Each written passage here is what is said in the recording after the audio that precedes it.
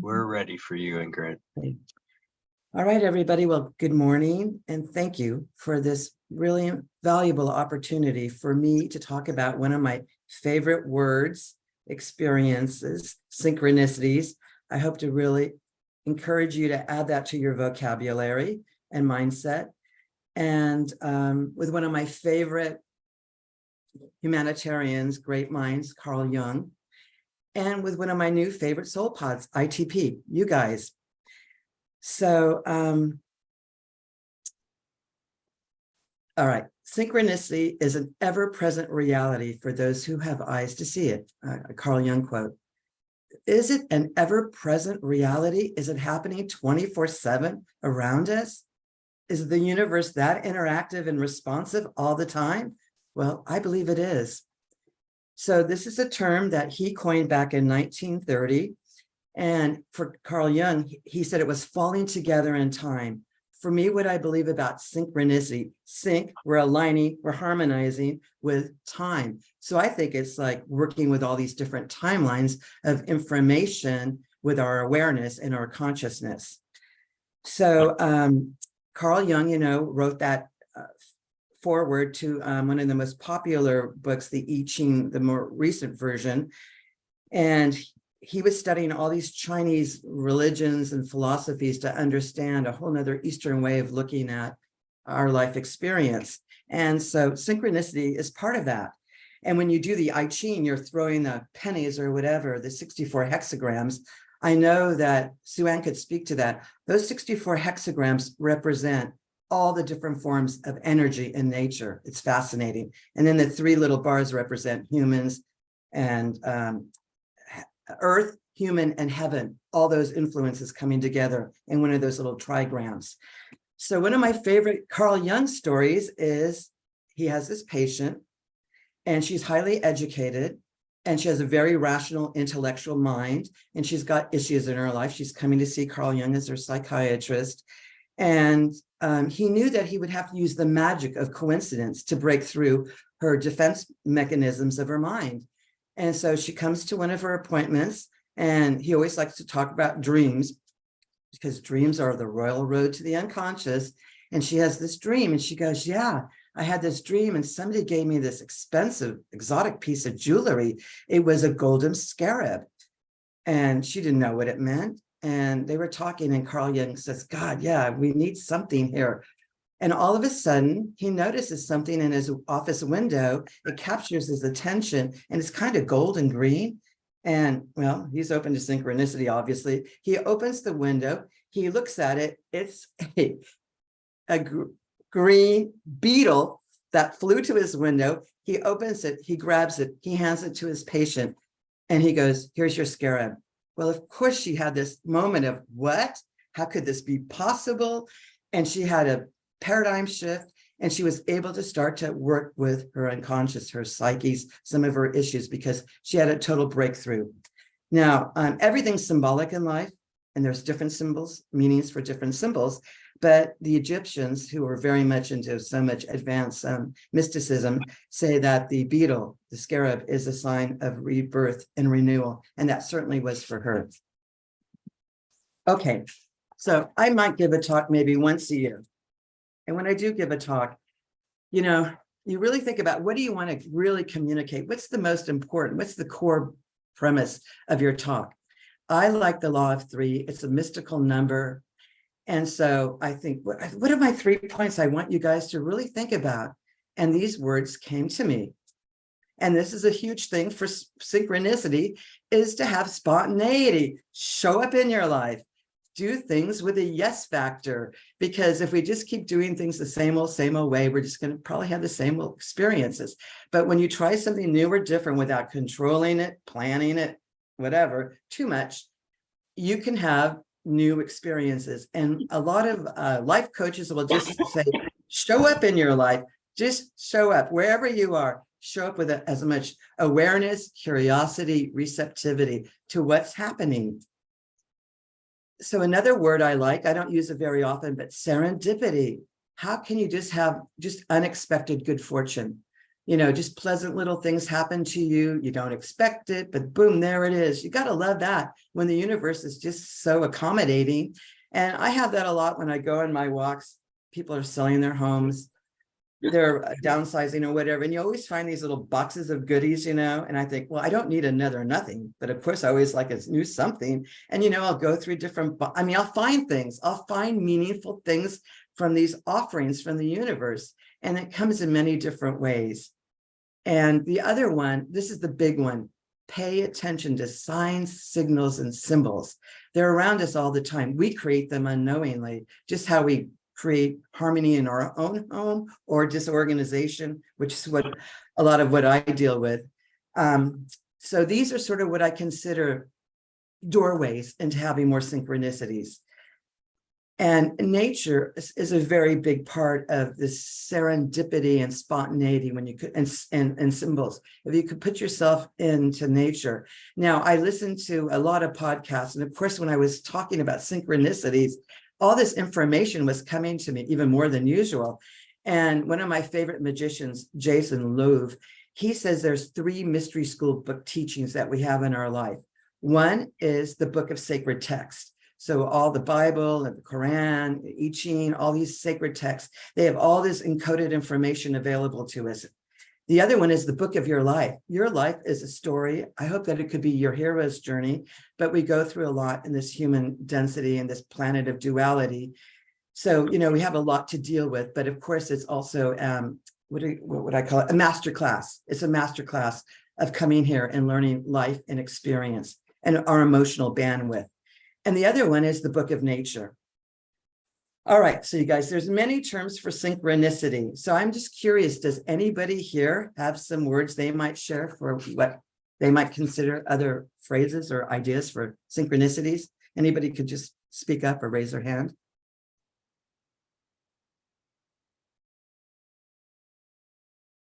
Okay, nobody's got their hand up. All right. Oh, very good. Sorry, Dennis. Yes.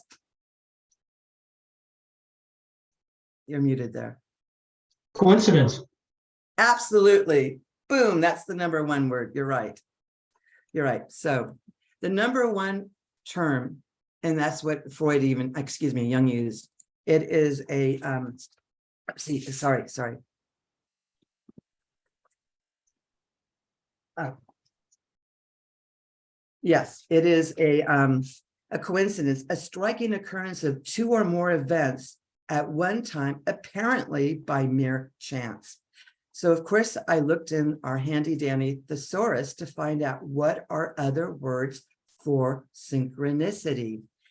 A lot of these words, I didn't really understand the relevance, but I don't know the definition of every word, but accord, causal, Jung use that word a lot, coexistence, chance, that's very common, concurrence, a conjunction, destiny, I really like that word. I added divine intervention and divine timing because some things are meant to happen at certain times and some things aren't. Sometimes the doors fly open and sometimes they just close shut, no matter what you do. Fate. Is fate a factor in our lives? Absolutely. Flow state. Don't you love it when you're in a flow state and it's just, oh my God, easy breezy. It's just like, how, it's just, that's when you just are excited to be alive. God wink, grace, gotta love that word, ease and grace. I always, when you do an intention, add the words ease and grace. A happy accident. Well, sometimes like I broke my arm. Was that a happy accident? I wouldn't take it back for what it taught me, because every synchronicity isn't a happy, pleasant experience, but it gives you knowledge, it gives you experience, it gives you insight and wisdom. Luck, again, it could be good or bad. Who knows? Because it's just an association and an interpretation. Good luck can turn bad and bad luck can turn good. Occurrence, psychic, random, simultaneously, and synergy. I do like that word as well. Now, there are no ordinary moments. Any Dan Millman fans out here? He's written some of the great classic metaphysical books of our time. I've seen him speak at East West. What a man. He's, he's a Olympic championship. He won, I think it was trampoline or something, but he's just a well-rounded humanitarian. So he wrote a book back in 1992 saying, There are no ordinary moments. Really? How come so many of them feel ordinary, repetitive, redundant, the same, habitual? Well, we kind of like it that way, right? We have to have some predictability, some continuity in our life, but we don't want to be so fixed in locks. We're not allowing ourselves to experience ourselves in new and different ways. And there are opportunities waiting for us to step into them. So there are no ordinary moments. It's a paradox. You're right. There are no ordinary ones, and they're all ordinary often. But there's only two ways to live. One is though, as if nothing is a miracle, and the other one is though everything is a miracle. Do you guys know who said that? Ingrid. Einstein. Einstein said that. One of our most brilliant minds right along the pantheon of Carl Jung. So everything is imbued with meaning and potential and chi and information. Everything. Even this pen, yes, even this pen is imbued with potential and power. So, and especially us and the Holy Spirit, things are moving through the atomic structure, is moving all the time. Things are vibrating. This chair I'm sitting in, yes, it's solid. It is solid, but it's also vibrating with all this atomic energy, and it can be changed. It can be transformed. So we're here, you guys, right now at one of the most interesting dynamic times of human evolution history. So because we're alive and here right now and conscious, we're agents of change. So the Holy Spirit, the sacredness of life, of possibility, of potential is enormous.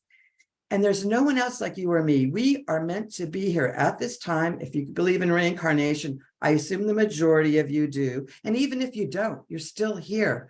We're here as, well, ITP says we're here as this whole, Roger talked about the evolutionary leap of mankind, of humanity. And we need it because are we looking in a dystopian? Are we looking at a utopian? And we have all these microcosms that we're living in a bigger consensual reality, but we're going beyond that too, because we're not just 3D, 5-sensory realities.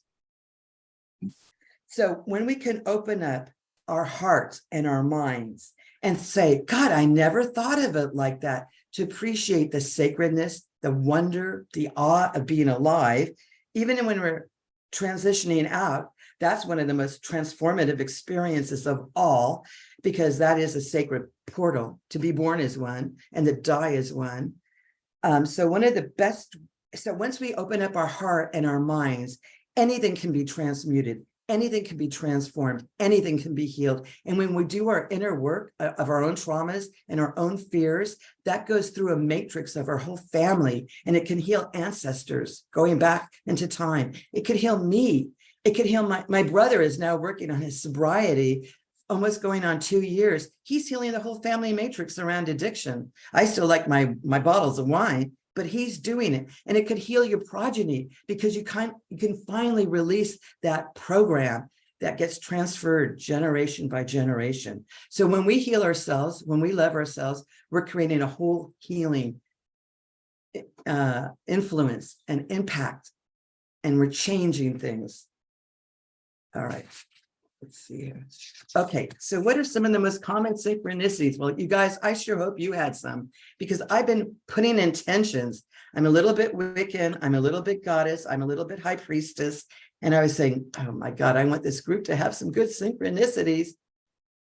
And so I gave you kind of the list of what the most common ones are. And if anybody's had any of these in the last 30 days, please raise your hand.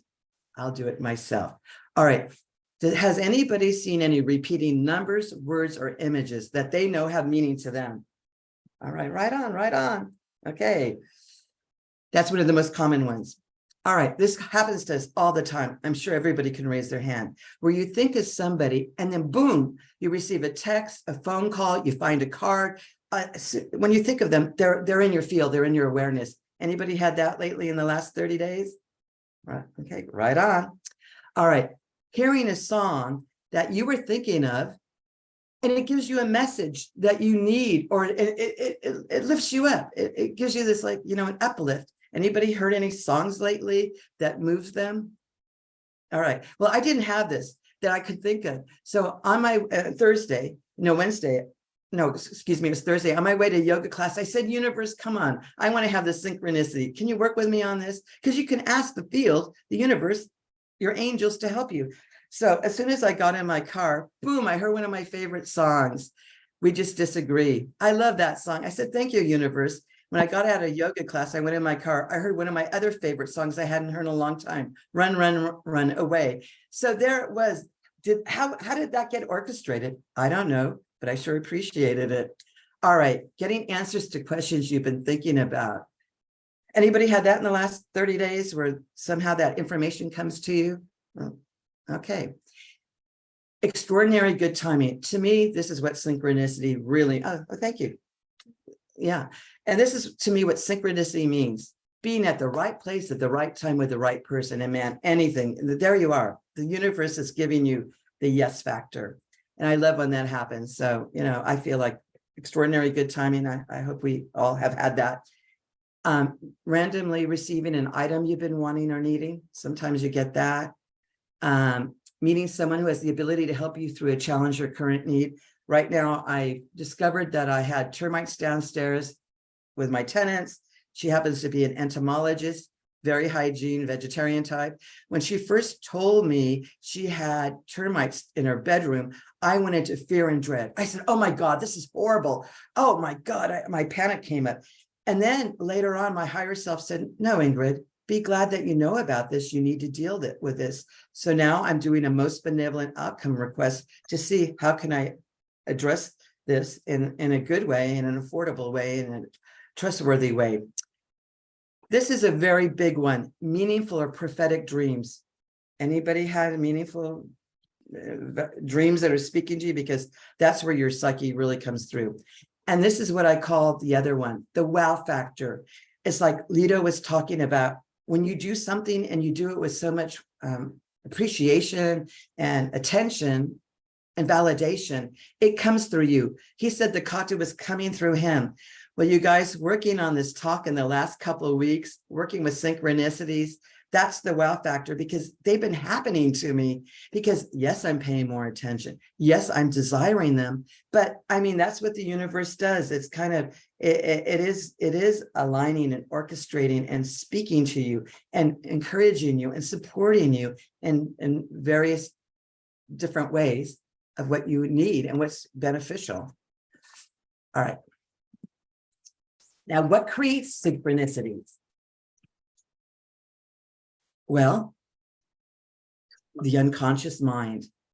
So up to 95% of our brain activity is unconscious. Now, that doesn't sound possible, right? But yes, they say that most people with their conscious awareness of what we're dealing with consciously, they say it's around 10%, because the unconscious, which includes our habits, our patterns, our body functions, especially our autonomic nervous system, our fight and flight, response, that's running 24/7 with a filter. Am I safe? Is this safe? Is this good? So that's totally, creating our stress response or relaxation response. Our creativity, our emotions, our personality, our beliefs and our values. And this is a big one, our cognitive biases, our total filters. Do we like this? Is this considered good or bad? Well, we're programmed, and we also reinforce those programs, and we can change those programs. It takes work, but we can in our long-term memory, and I just call it the psyche. Another one is the resonance of energy. So everything is vibrating, and synchronicity kind of, matches, mirrors things, because everything in our world is a cosmic mirror. All the good, all the bad, all the unknown, all the unknown. It's totally around us all the time. And we also project our shadow. So that's all our hopes and our fears. But 80% of what our shadow is really what we desire and want. We have a strong fear of success as we have a strong fear of failure. And a lot of times our ego will sort of try to, keep us safe and keep us in our habits, in our patterns. But yes, resonance, that's a huge word. Coherence, those are huge words of matching energies. Well, I totally believe it's the law of attraction. Like attracts like. And it's the relationship between your thoughts, thought forms, we're projecting them out all the time. Our emotions, we're having them all the time, even if you're trying to repress them. Our beliefs co-create our reality. So more positive energy attracts more positive and more negative. Now, I don't know if any of you guys listen to Paul Selig. He's one of my favorite channels. Anybody listens to Paul Selig? He's a great channel. So he summed it up this way. What you bless, blesses you, and what you curse, curses you. So pay attention to your thinking and your judgments and your fears. You don't want them to run you all the time, because these are kind of default patterns. And also psychic abilities include your gut and your intuition and your heart, your emotions. So do pay, these are centers of intelligence. Just like when Sue Ann talks about the Enneagram, we have those three major centers of intelligence, which is your gut, your heart, and your mind and your brain. Okay. All right, well, I have to share some of my personal synchronicities because I have to make this authentic. So first of all, I should stand up and say thank you for ITP, starting with Michael Choi. Why am I even here talking to you about a subject I dearly am fascinated by? Because of Michael Choi. He's my soul brother, super soul brother through COJ, and he has been promoting ITP for years. Now, the first thing he mentioned about ITP that was a turnoff for me was kata. You think I want to get up early in the morning and do a kata? Are you out of your mind? My ego, my habits, my beliefs, my preferences say no. But now that I'm not working, my whole work schedule has been rearranged because I don't have one. So I want to thank Michael Choi very much for what he's done on behalf of so many incredible groups of communities and organizations. Thank you, Michael. And then, this was a synchronicity, a spontaneity. So he told me last year, he goes, oh, ITP is going to have a retreat. We haven't had one for a few years because of COVID. And my spontaneous self said, oh, can I come? He goes, oh, I don't know. I'll have to check it out. I was just saying it because I'm kind of, why not? It sounded interesting. A few months later, Michael came back to me, goes, well, Ingrid, we are opening up this retreat. You are able to come. And I said, are you kidding me? And that was wild because I had totally forgot about it. And then I ended up losing my job in March, but I knew about it in December. So I felt, yes, the universe is giving me this whole new experience of ITP people. And I love our retreat center. So I definitely was a yes for that. Drove up with Robbie, which was incredible. And you guys, I have to say something. I was so impressed with Roger and Barry. They're the rock stars with all their charisma, charm, personality, life force. But it was the people that were there that I was blown away with. I was so impressed with the intelligence, the integrity, the self-exploration, the community. I was blown away by you guys. And I just said, wow, am I really going to get a new soul pod at this stage of my life? How great is that? So that's when I decided to join the Palo Alto ITP group a few months ago. And my Saturdays have not been the same. And then all of a sudden, here we have a fundraiser coming up in May for the love of ITP. And it was honoring Pam and their new book release. And Michael made a beautiful invitation to everybody who wants to go. And I'm kind of a more intimidated driver. And I just said, oh, Michael, can I drive with you? And he gave me the automatic yes. And then the night before, I didn't even really feel like going anymore. I felt low energy. I felt out of it. I felt, God, I can't do another social thing. And I talked to him that morning and he goes, oh, Ingrid, don't worry. He goes, I'm low energy. I'm still recovering from my heart thing. And he goes, oh, don't worry about it. Bob is low energy. He just had a treatment. He goes, you're going to be in the low energy group. You'll be fine. And so with that encouragement, I said, okay, I'm going to do it, because you should say yes for spontaneity and being with IT people. And so I went there, and then I met Barbara Brown. So I'm just chit-chatting with people I don't really know. And I said, oh, what about you and ITP? She goes, oh, yeah, I've been part of ITP for a long time.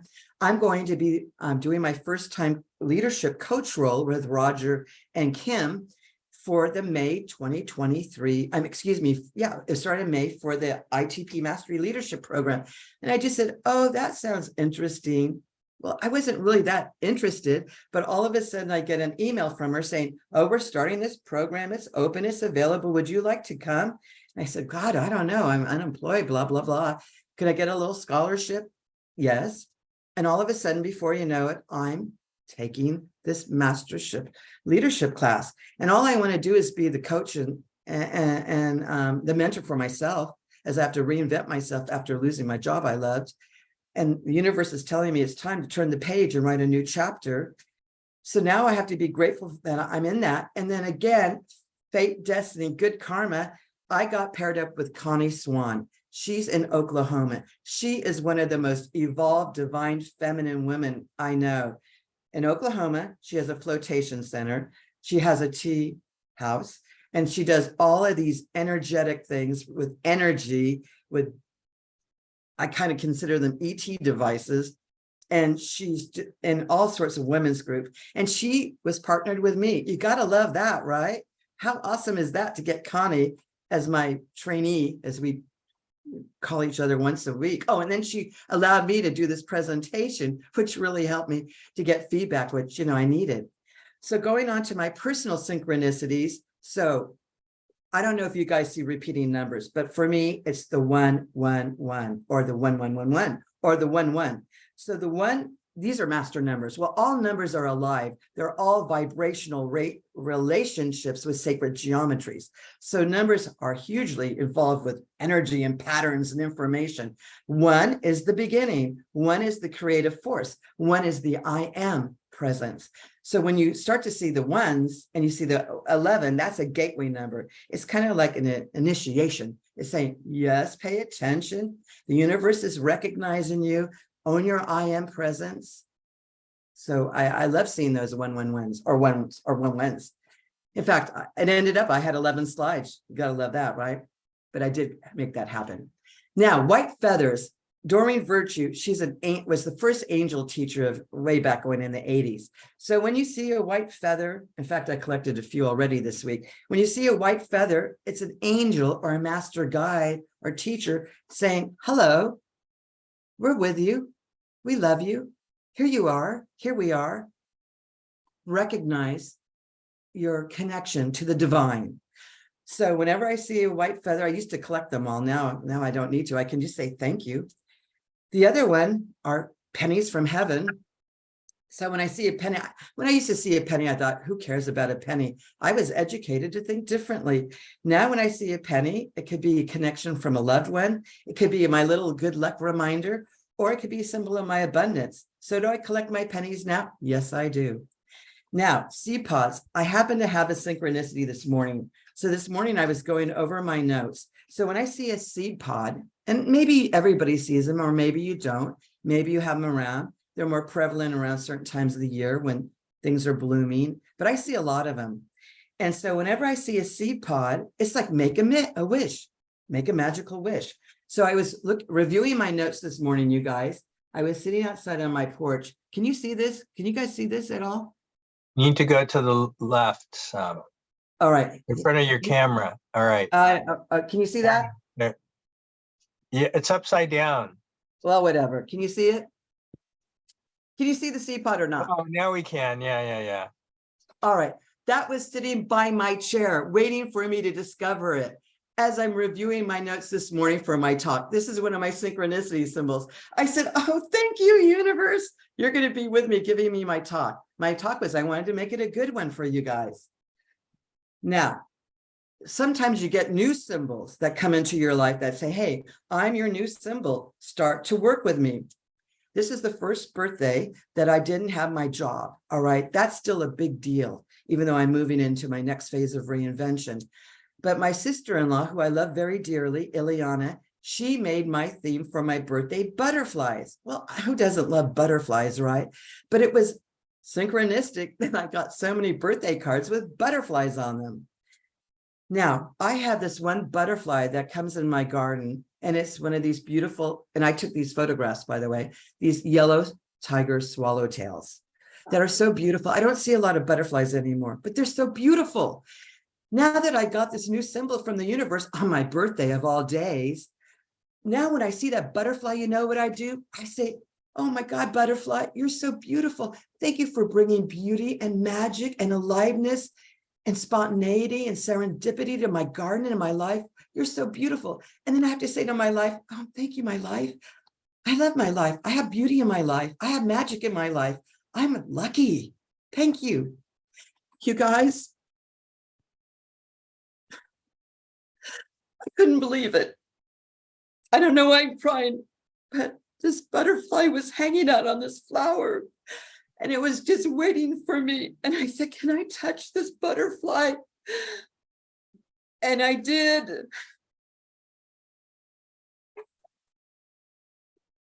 And you know what it felt like? Nothing. It felt like everything. It was there for me to honor it. And that was super magic. Didn't know I needed Kleenex. All right, you guys, but I had one more synchronicity. That fucking blew my mind, excuse my language. So I go to yoga class on Monday. This lovely lady, Joanne, who owns the garden, she's in Europe. She says, I asked her, I took spontaneity. I said, I'm working on my body right now, you guys. I mean, I said it to her, can I use your beautiful pool after yoga? I'm trying to get more of my body. She said, yes, you may, Ingrid. Other students might do it as well. I said, oh, right. But I personally hoped I'd be the only one. I was the first time 2 weeks ago. I went in there, this beautiful pool, Shangri-La pool. And all of a sudden I'm in the pool and I see this thing coming toward me and it's gold. And I said, oh, an acorn fell in the pool. And I pick it up. You'll never believe what it was. A golden beetle. A golden beetle. I said, how can this be possible? I pick it up. I put it on the concrete. I have to run and take a picture for you guys. By the time I got up, got my camera, whatever, it was gone. So, oh, whatever. I was invited to a pool party yesterday. And you know what? I picked up 5 golden beetles, 5 of them. That's a picture of it right down there. That's some wild synchronicity. Do you see that down there, that gold thing? Yes. Golden beetle. Hi, Carl Jung. All right. We're energetic beings, you guys. Transmitters and receivers of all these energy fields, of frequencies and vibrations and thought forms and information. So, and we're observing things, we're collapsing waves, we're expanding them, we're transmitting them, we're amplifying them, we're contracting them with our heart, with our energy, with our mind, with our expectation. So is it a wave? Is it a particle? Quantum fields, infinite possibilities. So mind over matter. Those are my favorite stories of all. Mind over matter. How can some people do the impossible? One of the favorite stories I hear, I never do it, is Tony Robbins when he has his Awaken the Giant Within. And one of the final aha moments is when you go and he has all these burning embers and he goes, come on, he's going to put you in a trance state. And they're not burning embers. They're cool, wet banana leaves. And if you really believe it, you can walk on those things and you won't get burned. But if you doubt it for 1 second, you'll get burned. How can that be possible? How can we, against the law of physics, do this? So I got to tell you one of my favorite shamanic stories. And that was from the Holographic Universe. Have you guys read that great book? Great classic book on we're living a holograph. We are in the mind, the holographic mind. We're fractals. Sean's taught me, and I believe it. We're fractals in the holographic God mind of the infinite everything. So this hypnotherapist was a guest to Tom, the host, who had a teenage daughter, Laura.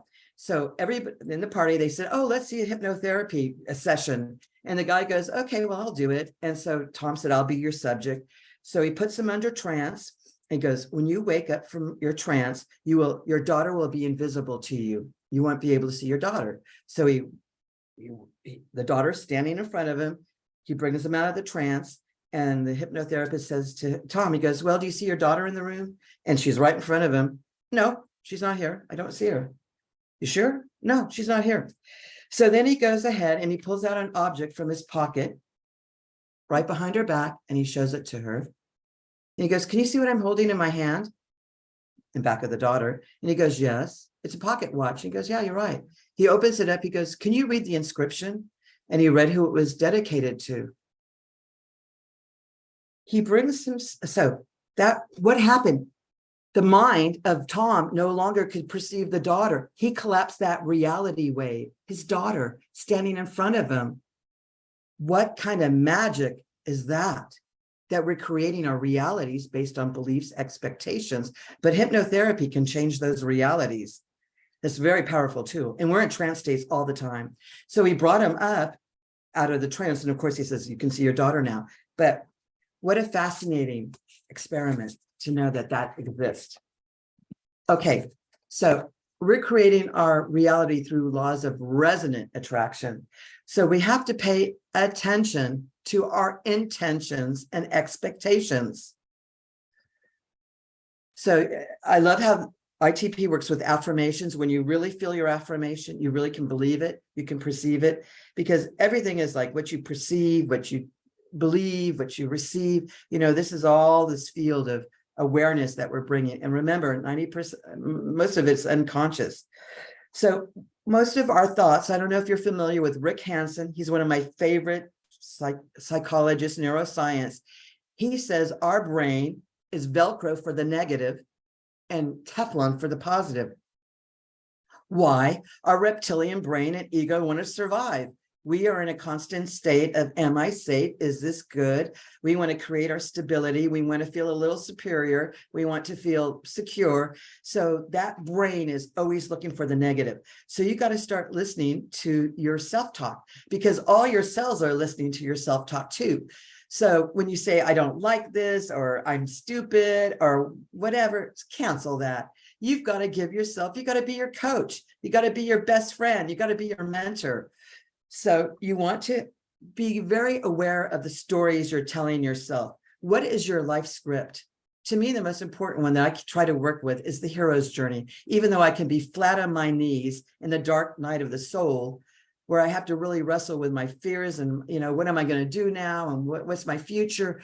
But I have to, you know, be able to go there and trust that I'm going to figure it out, because I'm not alone trying to figure it out. So we have to be open-minded about everything. So one thing to do is in your morning, so every day is a little mini hero's journey. When you get out of bed, if you can get out of bed without too much moaning and groaning, and thank God we still can, and you can go to the bathroom with no issues. If you can have yourself a cup of coffee or tea, your day is already off to a great start. And we should say, wow, life, I'm alive. How can I be of service? How can I make my day good for me and myself and somebody else? How can I invite mystery and magic and synchronicity into my day? You know, you could actually just ask that to the universe, like a little prayer, like a little intention, like a bigger affirmation. Because again, you know, we want to focus on what's powerful, euphoric, magical, synchronistic, beautiful, because there's so much of that, as well as, you know, the unpleasant and the unbeautiful and all that. But there's so much of the potential always around us and for us. Okay, this is going to be a new word. This is kind of, has anybody read Love Without End? This is a book that Glenda Green wrote. She had this life-changing experience. She's a painter, and somehow she had this experience, this epiphany, where Jesus, Joshua, appeared to her in these waves of all this light and energy, and it just totally changed her paradigm. She did a beautiful picture of him, and so he started to channel information to her, and he talked about the adamantine God particles. I just want you to know that word exists. God particles. These are particles of infinity. These are universal DNA potentials, and it's energized by love. So if we can have love for ourselves, because we got to start our own, you know, cellular energy. We have to raise our own soul voltage and get that love factor going. Just happy to be alive, strong to be alive, confident to be alive, curious to be alive at this time, and know that spirit is working with us and through us. We're animated with something that's, you know, it's more than chi, it's life force, and that these God particles are part of us and we're part of them. So I can't go into too much detail about that because it's still kind of beyond me, but to know that we're part of that. We're part of God particles, and love and spirit are these forces that are going to help us to embrace it and become more of that. So we got to continue to ask ourselves the big questions. And they change. Where did I come from? I don't know if that changes or not. Maybe it does, maybe it doesn't. But who am I? You better believe that does change. Who am I? I don't have my job right now. That's a big role I lost. It meant a lot to me. And now I have to find something to fill that void, that, that vacancy. I'm still working on that. What am I? Well, I believe, we're not a human being having a spiritual experience. We're a spiritual being having a human experience. But I really believe we're multidimensional beings having multidimensional experiences because we're just in the timeless now. We're not in linear July 15, 2023. You think we're just here today? Well, we are, and we're not. We're in this, again, this holographic field. Why am I here now? Now, I so believe in reincarnation that we chose. I love Sean's teaching. He teaches what I call graduate level courses of reincarnation. And he says that we had a total preview when we came here of all of the environmental issues, social justice, geopolitical. We got a whole preview of all of these dynamics that we're going to, come into manifestation or come into experience. And we picked our soul people, our pods, we picked our parents, we picked our siblings, we picked our mission, we picked our lessons, and we picked our gifts. Now, even if you don't believe in reincarnation, you still can believe, why am I here now? How can I make a difference? And I love that movie. I used it in my hero's journey. I've used it before, about George Bailey and It's a Wonderful Life, where you think your life doesn't matter, that you didn't measure up, you didn't do enough, you weren't enough, you didn't succeed enough. Baloney. You touch so many more lives than you ever can realize. Plus, we're part of the collective consciousness. So don't ever underestimate who you are or what you do. You are very important. You're a VIP. So you got to treat your life like that. What is my purpose? That can be redefined because it changes. But part of your purpose is just enjoy your life to the best of your ability. And also altruism, 51%, I believe you have to be altruistic. 49%, let your ego run the show if you want to. So what? Enjoy life. What happens to me when I die? Well, that's the big mystery question. I listen to NDE stories on YouTube all the time. They will totally open up your mind about what's out there with these people who come back from NDEs. They're not the same. Their spirituality is blown open. A lot of them come back with psychic gifts. So when you ask these quantum questions, your dreams, your higher self, your guides, your angels, your ancestors, and synchronicities will give you the higher quantum answers. Now, my last slide, you guys, is I love it when synchronicities happen.